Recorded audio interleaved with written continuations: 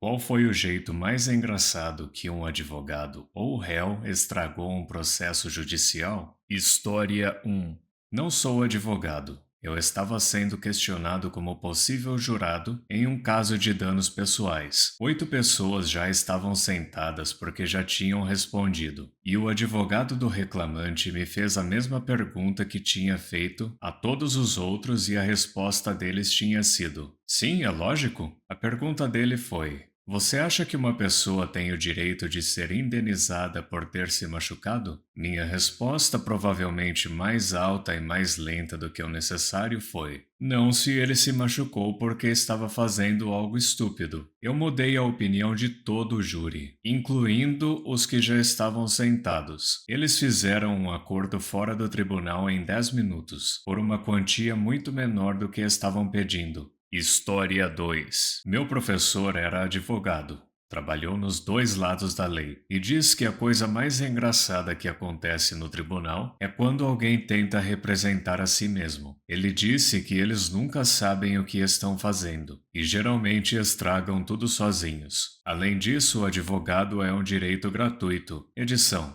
estou me referindo principalmente ao direito constitucional. História 3. Uma proeminente advogada não gostou da decisão do juiz em um caso de direito de família. Ela perguntou se o juiz era de outro planeta. O juiz questionou: o que você falou? Ela se aproximou do juiz, sem a permissão dele, e repetiu sua pergunta de maneira muito rude. O juiz então disse a ela para se desculpar. Ela se recusou e o juiz mandou que ela fosse presa por desacato ao tribunal. História 4. Eu estava trabalhando como funcionário do tribunal em uma audiência em que um cara foi acusado de roubar um supermercado. O advogado do réu argumentou que não é possível identificar o homem nas imagens da câmera de vigilância como sendo seu cliente. Enquanto a filmagem era mostrada ao tribunal, o réu se inclinou e disse alto para o seu advogado: você acha que eles conseguem perceber que sou eu no vídeo? História 5. Sou advogado agora, mas isso aconteceu quando eu estava na faculdade de Direito e tivemos que assistir a processos judiciais reais no tribunal do distrito local. Um cara foi acusado de destruir algumas coisas que seu vizinho possuía. Depois de um complicado argumento do seu advogado sobre como algumas provas são inadmissíveis e, portanto, não pode ser provado que o réu é culpado, o juiz dá o veredito,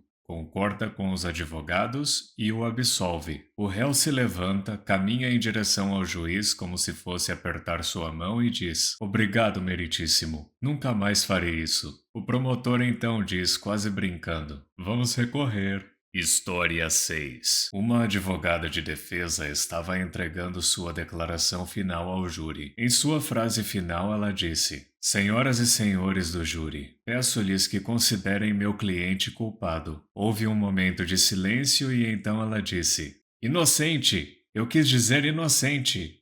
História 7. Sou advogado e ouvi falar de uma audiência onde havia vários réus criminais perante o juiz. O juiz notou um forte cheiro de erva no tribunal e perguntou se algum dos réus tinha erva no bolso. Ninguém respondeu e o juiz prosseguiu, mas o odor foi ficando cada vez mais forte. Por fim, o juiz exigiu que o culpado se apresentasse. Finalmente, um deles se aproximou e ele tinha trazido vários pacotes de erva. Não tenho certeza quais foram as acusações contra ele naquele dia, mas eu que não ia querer ser o advogado dele depois disso. História 8. Observei um caso em que o advogado do réu tocou Man in the Mirror, do Michael Jackson, como argumento final para tentar comover o júri. Ele perdeu. História 9. Não tem relação direta com a pergunta, mas uma vez trabalhei em uma empresa onde descobrimos que uma advogada estava tentando abrir uma ação coletiva contra nós, antes que ela fosse lançada.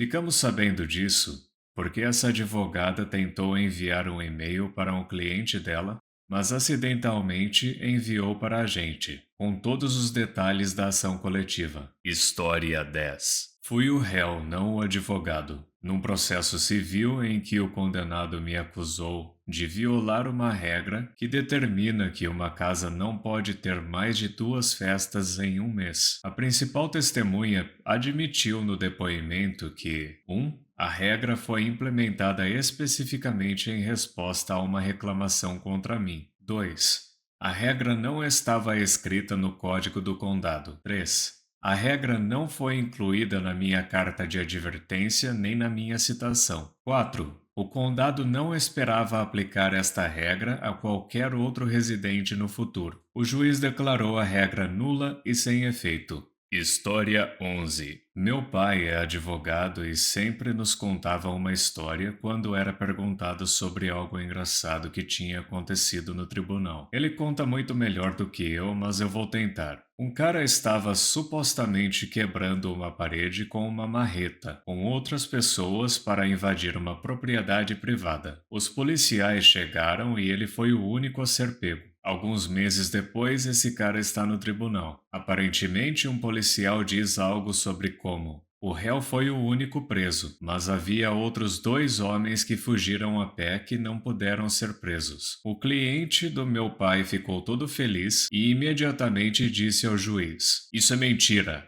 Éramos 4." Acho que ele pensou que se pudesse apontar algum erro na investigação, ele se livraria da condenação. Só que não. Ele foi considerado culpado de vandalismo. O meu pai diz que o juiz suspirou e disse ao meu pai que seria uma boa ideia manter o seu cliente calado. História 12. Eu represento distritos escolares. Um dos meus clientes tem uma fazenda que é usada para ensinar ciências agrícolas aos alunos. O gerente da fazenda decide sacrificar brutalmente um monte de galinhas na frente de um grupo de alunos do ensino fundamental. Às vezes, as fazendas precisam sacrificar as galinhas. Esse não era o problema. O problema é que ele estava batendo na cabeça das galinhas com um martelo, e ele tinha que bater em cada galinha de 5 a 6 vezes antes delas finalmente desviverem, porque aparentemente ele é algum tipo de psicopata. As pobres galinhas não estavam desvivendo. Isso não o impediu de continuar.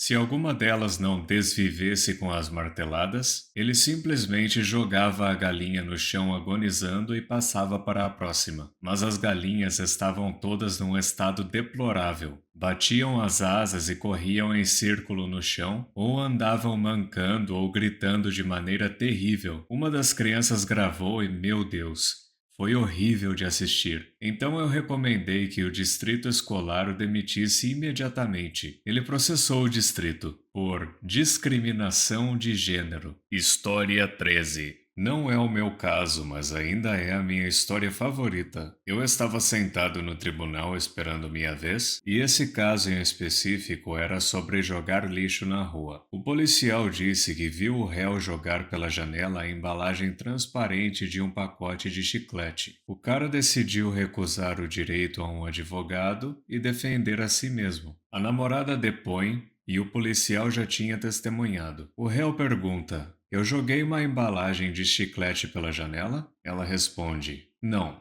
você não jogou uma embalagem de chiclete." Com um enorme sorriso no rosto. O réu agora também está sorrindo e diz: "O que eu joguei pela janela?" E ela responde: "Era a embalagem plástica do seu maço de cigarro." O cara encerra o seu caso aí mesmo. Ele realmente pensou que iria escapar porque o policial não conseguiu identificar corretamente o plástico transparente que ele admite ter jogado pela janela. História 14. Esse fato engraçado entrou para a história. O Marechal Ney é julgado por traição depois que Napoleão é derrubado pela segunda vez. Seu advogado tenta desesperadamente salvar a vida do Marechal com uma abordagem incomum. Devido a uma mudança de fronteira, a cidade natal do Marechal Ney ficava, na época do julgamento, na Prússia. Portanto, argumentou o advogado, o Marechal Ney não era tecnicamente francês e, portanto, não poderia ser culpado de traição. O Marechal Ney discordou e gritou para o tribunal: "Sou francês e continuarei francês."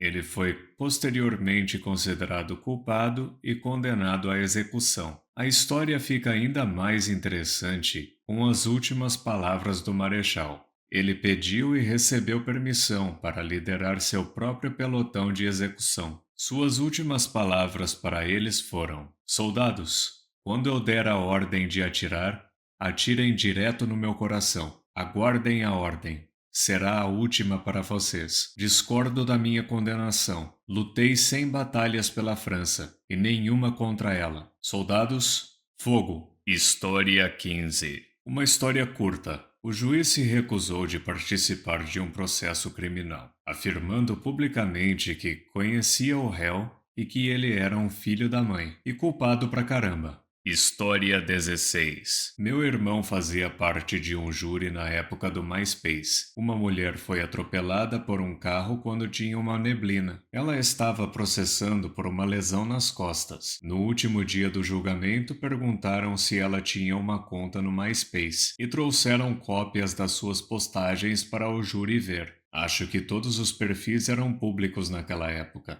Tem uma foto dela dançando no capô de um carro e bem ao lado tem uma mensagem dela dizendo que ela não deveria sair muito de casa porque o advogado dela disse que ela tem que parecer machucada. Ela perdeu o caso. História 17. Um advogado estava examinando verbalmente as evidências contra o cara que ele defendia, tentando alegar que não havia suficiente para sequer convocar um julgamento.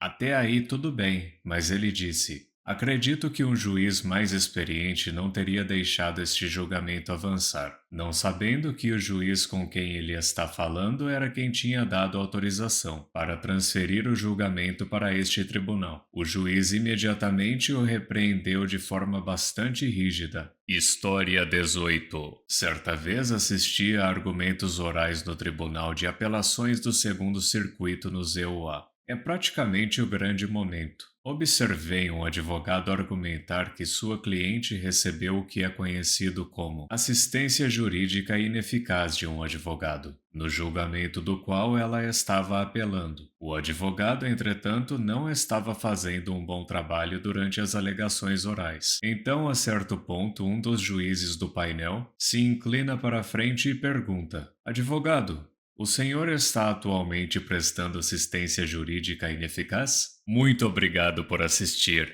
Não se esqueça de deixar o like, se inscrever e ativar o sininho para receber as notificações dos meus últimos vídeos.